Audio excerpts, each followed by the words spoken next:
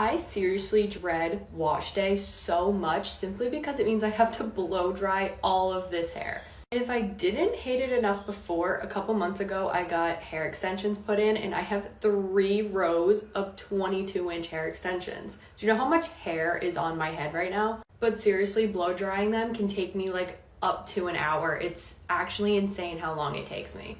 So instead of just complaining and dealing with it, I now use the Color Wow Speed Dry Spray, and this stuff cuts my drying time almost in half.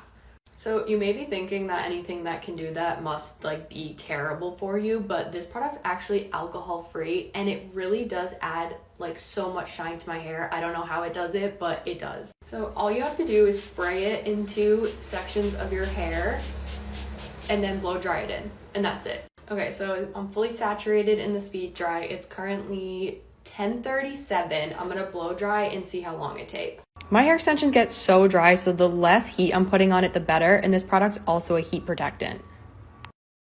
Okay, we're all dry.